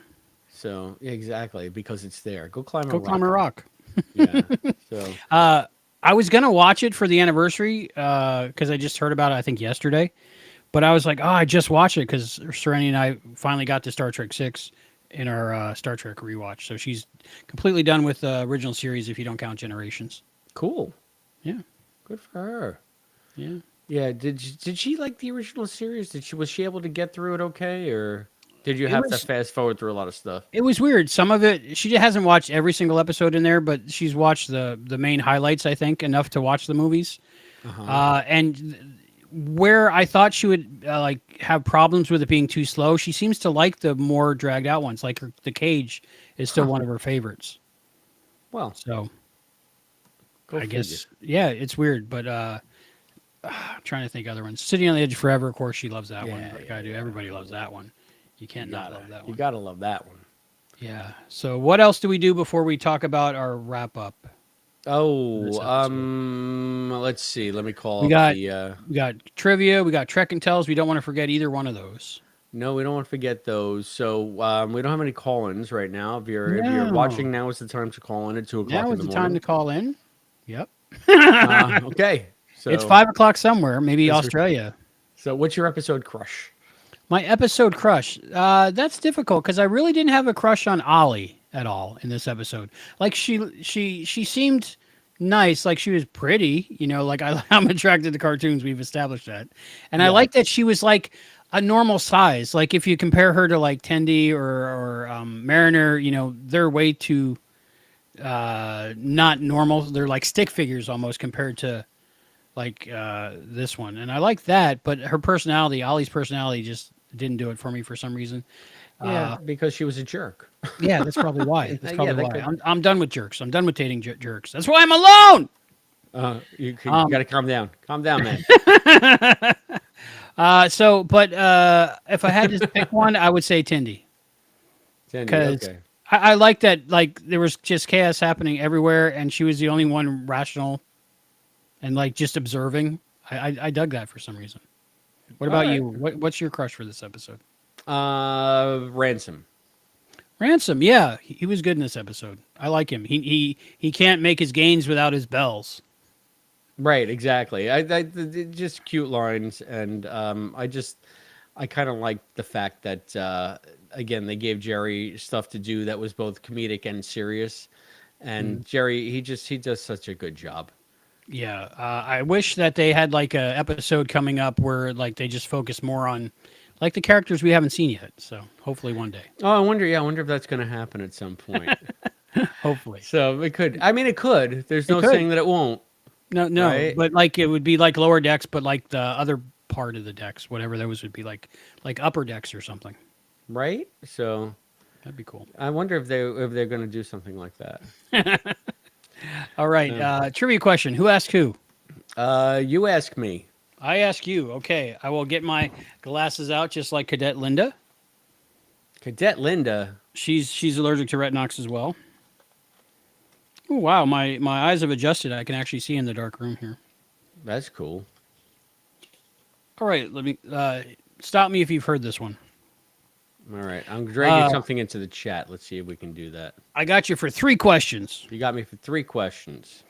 With whom is Mr. Scott infatuated? I thought I could see. I have a flashlight. I have a flashlight. I brought a flashlight out. Oh, I got this nice card. Oh, I wonder who sent that. Oh no, a very nice gentleman. That's not my Trek and Tell though. Where is my flashlight? Alrighty, time to change the lighting, folks. Ah. All right. With whom is Mr. Scott infatuated in the original series episode "The Lights of Zatar"? Ensign Mira Romaine. Wow, you got it exactly. Stamos. Whose introduction interrupts the installation of Garon as leader of the Klingon High Council in the Next Generation episode Redemption Part 1? Jesus. Did we Whose read these? interruption? No, we did not read these. Yeah, no. I'm gonna have to go with Worf, but I know I'm probably wrong. You are probably wrong. The answer is, and I kind of remember this as I'm reading it, Doras's illegitimate son. Do you remember his name? No. Terrell. Terrell. Like Captain Terrell. Yeah, exactly. Okay. Which actor who played a Starfleet captain has been an associate professor of theater acts at Rutgers University? So like a real life question. All right, so say again? I'll say that again one more time. Now this is your third question, and you got one right, and you got one not so right. So this is your third question. Which actor who played a Starfleet captain has been an associate professor of theater arts at Rutgers University? Which actor? Who played a captain? So you get to pick a captain. Yeah, but there's a bunch of captains. Theater of Arts at Rutgers University. Technically, the guy from Ferris Bueller is a captain, and yeah. Yeah. And then all those people from that one episode of Next Gen where they meet on a planet. Because I don't think it was Scott because I would know that about Scott. So that ain't. Mr. Scott's a captain in name only. I think he always liked being an engineer. I'm going to say George Takei. You're looking for an actor that's a captain? George Takei. Your answer is George Takei? George Takei. The card's answer is slightly different. It says Avery Brooks. I would never have guessed Avery Brooks. I would Me never neither. have guessed Rutgers that in a million University. years. I mean, Avery Brooks makes some very interesting acting choices, and I don't know that I'd want him teaching my theater classes. You know, it'd be funny though if you could. Now that you know this, you could probably spot his students on television, right? like in CSI, a guy go no, and they're like, "Sir, you're a corpse this week." You just kind of sit there. All right. Like, no! Don't open your eyes. No. or keep your eyes open. All right. Okay, right. you're gonna have to look at the chat.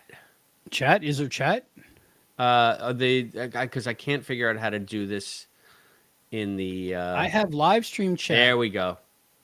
Is I can't anybody figure out how to. chatting? But you're gonna have to do it. No, you have to look in the messenger chat, our usual messenger chat. Oh, okay. Let me do that then.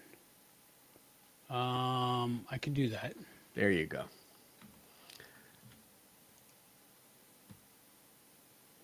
Oh, And I'm in the wrong window. 2 now seconds. you can pop it up.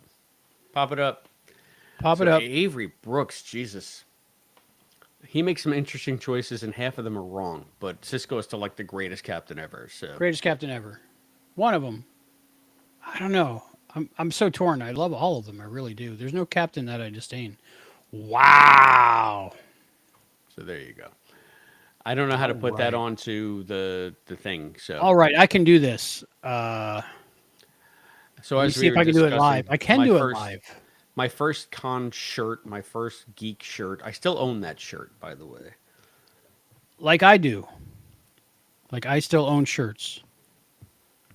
Now where the hell did I save that? Okay. Let me try that again. This is not going to. This is going to be so anticlimactic once it comes up on. No, people are going to like this. You just got to vamp a little bit more. So tell us a little bit more about your eyewitness account of the backpack guy in New York City. I will not. That'll get us hits, right? He was a very lovely gentleman. So Laura can never listen to this episode, or at least not until after Christmas. All right. Does she ever watch our stuff? No, I'll occasionally put us on in the car if we're driving to Vermont or something. And she's But like, "Great, no. more Albie." I don't even watch our stuff. She's not going to watch it. All right. Let's see, upload All media. right. There we go. I couldn't Did figure you out how to upload? put it into the chat. I wanted to. Let's see. You're able to File do it. not supported. It's a JPEG. Yeah. Well, I guess it's only letting us put movies and music up. So I see. Play audio or video files played while recording. That's not it. Okay, maybe branding. No, maybe share. It's weird that you script. can't just put like a JPEG up. Let me just drag it and see if that happens. Yeah, I tried that. It just opened up a new window. All right. Trust me, it's cool looking. And we'll insert it again here. Maybe a sex tape. Yeah. Embrace of the vampire, something I heard. I'm not sure. I'm gonna put my glasses on so that people don't know it's me anymore. Where'd Chris go? It's crazy to me how distorted my left eye lens is. You can see like the hand link looks like it's something out of the end of 2001. Wow. Ooh. Okay, yeah, I can't figure out how to do that. If anybody knows, let us know in the chat. Is anybody there? How do you put a JPEG in? Yeah. Maybe you can't do it live, but maybe if I did it ahead of time. Not sure. We'll do it live. Do it live. Let's do it. Okay, so what's next? We did trivia, which I failed utterly. I utterly failed. No, trivia. you only missed 2 out of 3. That's not bad. You know, 2 out of 3 ain't bad. That's what they say. Trek and Tell. Where's your Trek and Tell? Trek and tell. Who goes first? You or me? I'll go first. No, You mine go is going to first? be a little anticlimactic. Yeah, since you know me. Well, I do have this, but I was going to wait until Serenity was on. Okay. On the show, right? That's Or fair. should I Yeah, do it now? she'll be here in a show or two. I'm sure. Okay, cool. He'll So be joining us. my Trek and Tell is actually right here.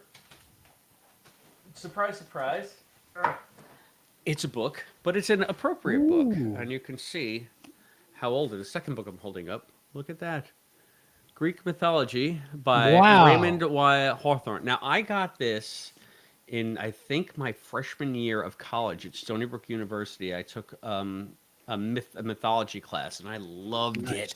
I loved this. I learned all about like the hero myth and the shaman myth, and I was so jazzed about it because it mirrored so much of the fantasy that I had read throughout my youth. So learning about all of this stuff really helped enrich that to me, and to the point where we had to do papers about this, and I wrote a paper about like the myth cycles in the Lord of the Rings and who fits into what myth cycle. I was basically the hero myth. I was putting Frodo into the hero myth. Here's chapter 4, Origin of Evil, and I have, for some reason, a note that says the torch is the symbol of man's eternal suffering. I don't know if I wrote that later. I'm going to guess I wrote that when I was researching something because it's on the back. ADP is a paycheck. I wasn't getting ADP paid because we use ADP in my business. I wasn't getting ADP paychecks in college. So I must have been writing the flip side or something and going back to this book. This is why you need to have a well-stocked library, folks, because when you want to write radio segments, you can just research the stuff in your own home. You don't have to go to a library. Oh, wait, I used to do this before there was a thing called the internet. The internet. Did you hear any of those auto-generated podcasts I sent you? I was listening to one, and I was just like, man, the AI sounds so eerie and sort of real, but not. And then the way that they were describing it, I said, why is he doing this? Like, they were just like, and then in this one, and at the beginning, Sam is disguised as a woman. Like, they don't understand how leaping works at all. And Not at all. Yeah. But I wanted to do that to see if if it worked, and I got most of it right. I think they messed up towards the end about who was leaping where or doing what. Yeah, so it was just this weird. So or did you put those public or what? I wanted to ask you about those. Yes, that is public. It's on Now I Know podcast. Okay. Oh no, Now I Get It podcast on YouTube. Okay, got it. Okay, so you just created that for no reason. How did I uploaded your book to it. Okay. You sent me a copy one time, and then they talk about it for like 12 minutes. That's hilarious. Yeah, and I did other things, and no matter what you send them, they're so psyched and stoked about it, and it's the best thing in the world. So I was like testing it with stuff, and I uploaded Mein Kampf. And Jesus. Yeah, just to see, because I figured it would go viral if they were like all saying it was great and stuff, but they were like, no, this is bad. It did it, but it took it serious, and their tone was completely different. So good job for whoever programmed. Yeah, good job AI. I'm sorry, Yeah. I'm looking through this thing. It's funny. American University of Beirut is what's on the cover page. Huh. How crazy is that? So anyway. That's very cool. Yeah, the original superhero stories, right? Yeah, basically the original, all the stuff that fuels everything that we consider popular entertainment now. The classic myth cycles will always be in fashion because they're so universal. I always put it this way, like to me, like the hero myth is just like a skeleton that you could put any flesh suit on that you want. Or the other, all the other basic patterns of myth, because it's all about death and rebirth, and see also Star Wars, which is just essentially monomyth turned into space opera. I'm collecting them in 3D now, so there we go. So mythology, there you go. Robert Graves. Very cool, very cool. You ready for my Trek and Tell? It's Raymond Hawthorne. I have Robert Graves around here somewhere. That's pretty cool. So yes, let me see your Trek and Tell. Was it weird AI describing your book to you? It was. That's why. I mean, I stopped after a second because it was just like they're not doing it right, but it's like eerie. Like they should be doing it right because they sound credible enough. They sound great. Yeah, I've been playing around with it because it's like you can take something really huge and like they explain it to you in 15 minutes. Okay. But do they get it right? Not always. No. I mean, I could take something really huge and describe it to you in 15 minutes. Whoa, that's for Trek Exploration After Dark. So, but not quite yet. Okay. I got For this anybody, on Black Friday. listening at home, Albie is opening up an Amazon package. If you're listening on the podcast feed, I don't think ASMR works with Riverside because they can tell kind you of take this. out all these sounds. that's some hella Foley work you got going.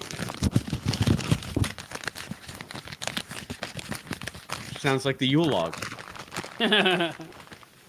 So I got this on. I've been wanting it for a while because I have other versions, but I don't have this version, and it's always too expensive. But Black Friday, it was really cheap. Is it wines from Listen Linda's Club? I wish it was. Maybe she should send us the empties, and we can put them on your shelf behind you. That's what I need. I need to think- have liquor bottles lining the back of my shelf. All right, so maybe full ones. I don't know. But it was a great sale, and I think it came around last Black Friday, and I was like, I should do it. I'm not going to do it because I don't really need it. And then, like, for a year, I've been like, I should have done it. So when it came back up, and there's no reason for me to do this, but I did it. Oh, my goodness gracious. Tell everybody who's listening along on the podcast feed. Star Trek Voyager, the complete series on DVD. Now, I have the individual, like, isolinear chip ones because I had bought those, like, as they came out for a while, but then, like, my life circumstances changed and I, like, didn't get all of them. But then, like, maybe 6 years ago or so, I went into a thrift store and they were all in the thrift store for, like, $2 a season. So I finished collecting those right there like that. So I have them all on the, they're like neon translucent looking packages, but this is all in one. Now, if you opened that up, would they have the same, like that same packaging, just they're boxed up now, or are those completely separate production? What these are the same discs, I believe, but they're all just one color. Where the other ones were, I think, black and with, the Voyager colors like the yellow and the orange and stuff. But these are just gray, screen print, one color, and it's like, I think it's gray as a background and then clear, which would be the silver as like what the titles are. But it has the title of every episode on there, but it doesn't show where the bonus features are. You just kind of got to go through it. But it's one of those things. And I thought maybe if I put it into the universe that, hey, I finally bought the complete series again on DVD, maybe then they'll announce in the next few months, hey, we're upgrading it to Blu-ray and rescanning everything. So yeah. I'm trying to jinx myself on purpose. I wonder if they'll ever get that done. I don't think they will. I get you, though. You're doing what they said you need to do in order to make these kinds of things viable. You got to buy the physical media. Right. To get the better physical media to buy it again. You got to what do they call it? Upcycle. You got to upcycle. Yeah. So like, and it's on Paramount Plus, and like I said, I have it. And then I have all those Columbia House Collector Series VHSs that Rennie's getting in the mail. Time travel mail. But I have the 400 disc Blu-ray player, so I'm thinking of just popping them all in that and hitting play and seeing what happens. Is that compatible? Could you put a regular disc in a Blu-ray? Yeah, player? DVD can play in a Blu-ray player, but not the other way around. Yeah, gotcha. Because Blu-ray players have both kinds of laser beams that read them, or the lens reads them, but the laser beam is what reflects off the disc, and they're two different wavelengths. One's a blue, obviously for Blu-ray, and the DVD ones is red, and I think that's for CD as well. It never even occurred to me to wonder why they called a Blu-ray a Blu-ray. Thank you. You taught me something today. I don't know how stuff works. The next format was going to be green ray, I believe, or violet, because it's different wavelengths or different sizes, so they can compact more data on the disc. But then they just figured out that they could stack more layers of the Blu-rays to make the 4K Blu-rays. So. Gotcha. So our media could have, without that innovation, been somewhat akin to the Green Lantern Corps. Exactly. The Blu-ray and the green ray and the violet ray and okay. Green Lantern. I just got that on 3D Blu-ray. Haven't watched it yet. Which one? Ryan Reynolds? Ryan Reynolds, yeah. I like him. Terrible. Well, yeah. But it'll be fun to watch in 3D. Okay. Yep. I guess. Yeah. Isn't his wife in that? Is that where they met? What's his wife's name? I forget. She plays Carol, I believe. Carol Ferris. I don't remember her name. Aubrey Plaza? Is that his wife? No, I don't think so. That's the other one. Yeah, I don't know Ryan Reynolds' wife. I'll know if I heard it, I'd know, but I don't Very know. very cute blonde, good actress. She Yeah. just had a movie out. I think it's in theaters still. Somebody save me. Star Trek Voyager, the complete series on DVD, More power to you, man. seasons 1 through 4 and 8 through 7 is five Why through is the seven. box for 1 through 4 bigger than the box for 5 through Just 7? because the way they do it, they're like little. I don't know if you've had a DVD in a while, but they put them on these like flip pages on the inside that are plastic, and so there's like only so many hinges that can fold, kind of like leaves of a book. And I think with these, they stack them maybe a couple, three on each page. It's confusing, but I have it now. Now I won't have that nagging feeling all year long that I should have bought it. I was going to Now say, I'll- so you are going to open that and stack them in and see what you got. or do I sit it on the shelf? Yeah, I don't know. I don't know. But anyway, it's got Janeway on the cover and Janeway and 7 on the back. They know how to sell Voyager, that's for sure. Nobody's buying Chakotay's mug. Just put Chakotay on it and see what happens. Right? I'd still I buy think it. we can all guess what would happen. I love Voyager so much that I was like, I should own this. I own so much stuff. I should own this. Well, congratulations. I'm glad you got it. Yeah, Black Friday. That's what I did with Black Friday. So That and I got myself. So you said that that's crazy cheap. Like, what does that usually run? Or if you don't want to discuss it, It's okay. usually like 120, 135, 111. But I think I got this for about $50 shipped. That's Amazon great. Prime. Okay. For 7 seasons. Yeah. And it's something that I'll actually watch if I open it up. You'll never miss that $50, but you'll No. always have those discs. Exactly. And you never know. Physical media, they say, is going to be more and more important in our future. Especially when the world comes crashing down around our ears. When the yes. world comes crashing down, I I'm already gonna have to a go plan. to your house because you know how Blu-rays work. I do know how Blu-rays work, and I know how generators work, and I can hook it up to a bicycle, and I can pedal to watch Star Trek. So Thank you, I'll Professor. exactly. I learned it from Gilligan's Island. Everything I need to learn in life is from Gilligan's Island. But if you think about it, the world's falling down around us, but I'll still be able to watch Star Trek, and I'll lose weight at the same time. Exercise. There you go. You should And my just hook calves it up can be to the like yours. generator now. Yeah, that's true. You know. Well, Or you can just get a stationary bike and put it in front of the TV. I mean, you could do that too. I had during the lockdown or the 2 years of isolation, whatever that was. I had a treadmill, Yes. and I hooked it up right in front of I think like I want to say 75-inch TV, and I would play YouTube. And on YouTube, there's walking tours of all the beautiful cities all over the world.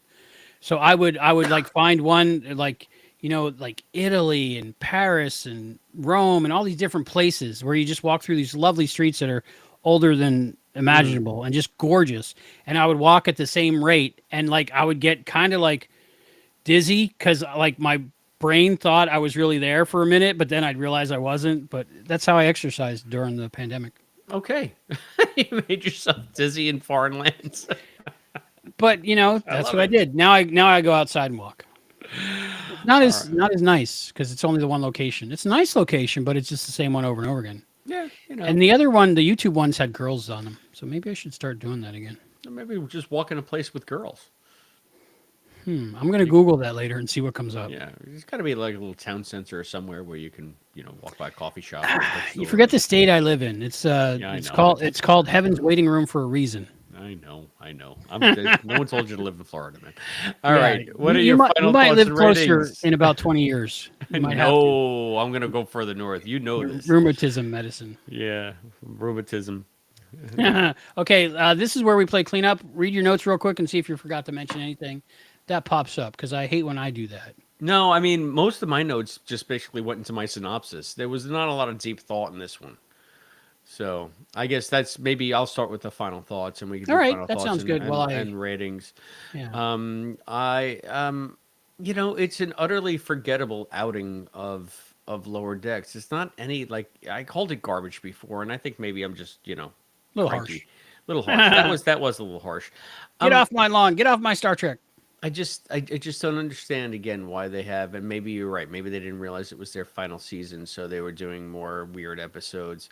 I mean, it's not as god awful as that stupid peanut hamper episode, but it's still almost You don't as like peanut useless. hamper? Wait till we get No, there.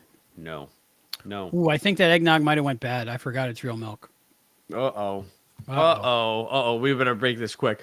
Okay, so yeah, the worst episode of Lower Decks? No, of course not. But forgettable, utterly devoid of anything that adds to, I think, the canon in any meaningful way, except for the fact that they're copying to the fact that the actual gods that we saw in Star Trek, the original series, still somehow exist in universe. So I thought that that was the only thing that really kind of blew my mind. So with that in mind, I'm going to give this 1.5 undetachable laurel leaf crowns out of 5. How Not about bad. you? It was okay. It wasn't bad. I didn't dislike it. It made me giggle. It made me chuckle.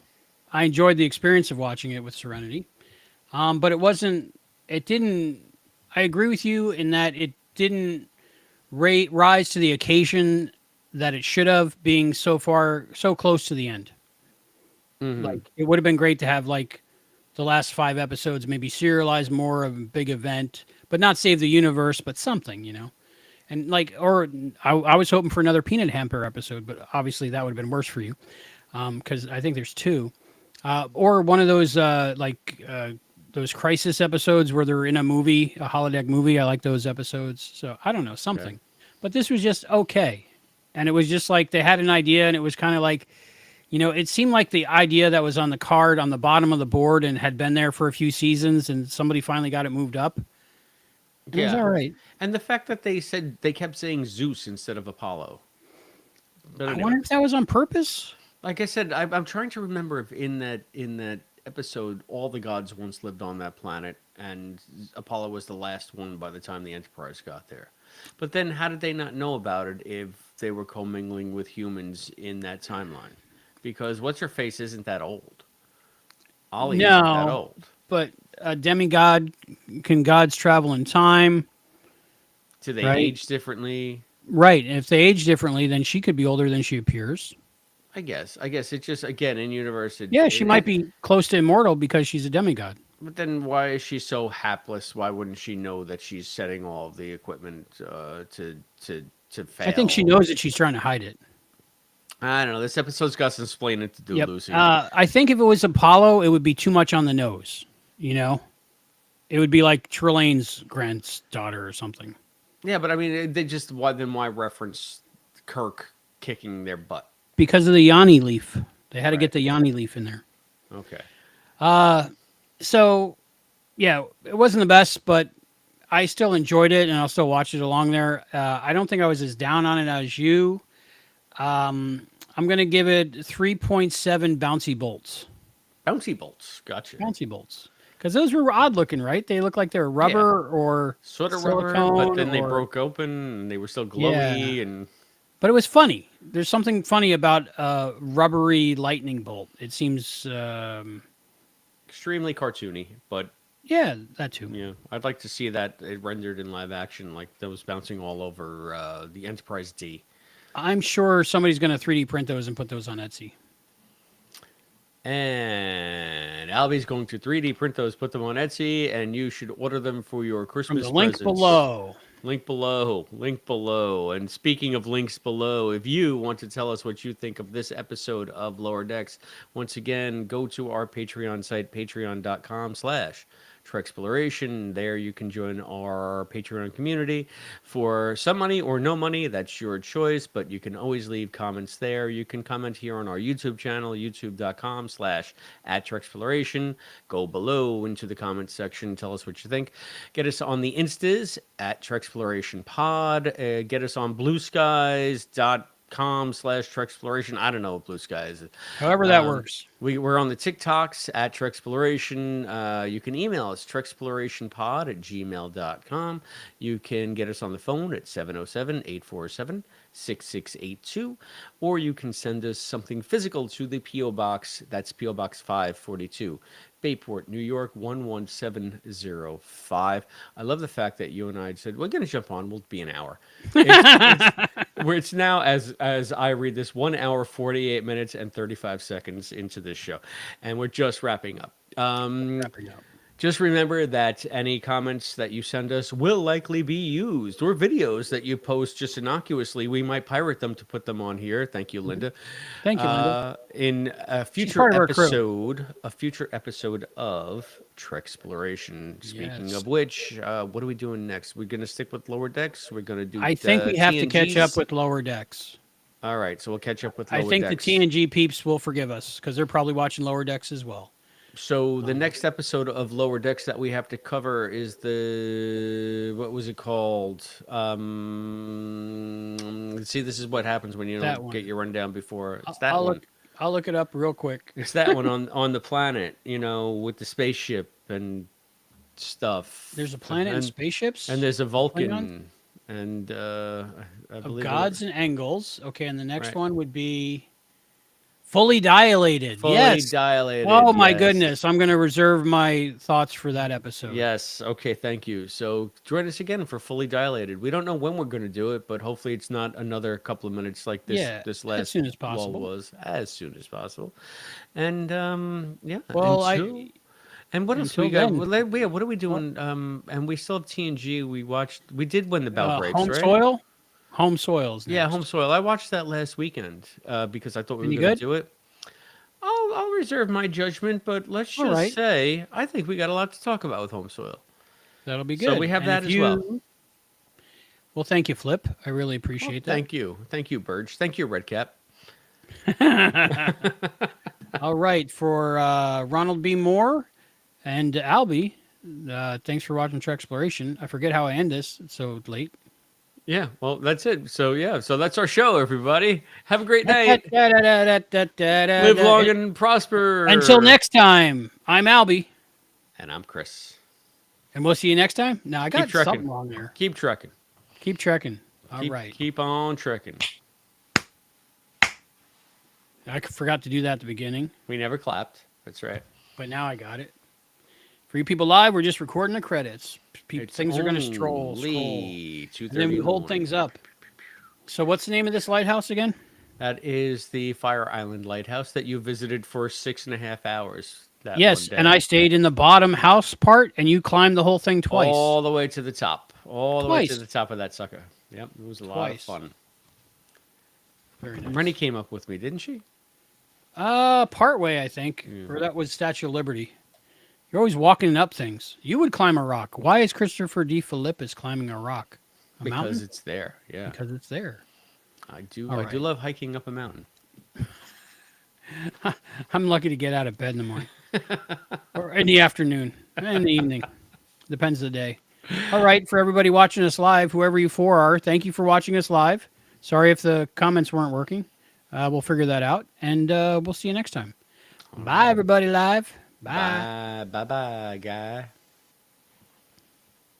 Yeah, I think the either I'm lactose intolerant now or the eggnog went bad.